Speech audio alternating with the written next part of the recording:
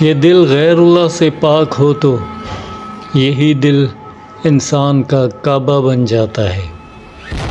حکم یہ تھا کہ عبادت کرتے وقت گھر میں تصویریں نہ ہوں، لیکن مزہ تب آیا جب جواب صوفیہ کرام نے دیا کہ حدیث قدسی ہے کہ میں نہ آسمان میں سماتا ہوں نہ زمین میں سماتا ہوں، بلکہ بندہ مومن کے دل میں سماتا ہوں۔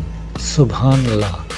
جب اللہ تعالیٰ کی سمائی ہمارے دل میں ہے تو مطلب کہ اس کا گھر ہے، کہ جس کے بارے میں کہا گیا ہے کہ کوئی تصویر نہ ہو سوائے محبوب کے۔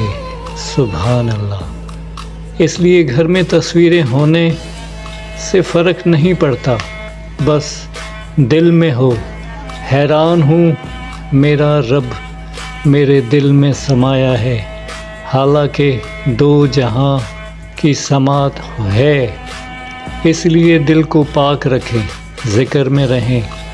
اس ویڈیو کو زیادہ سے زیادہ شیئر کریں اور کمنٹ میں سبحان اللہ ضرور لکھیں۔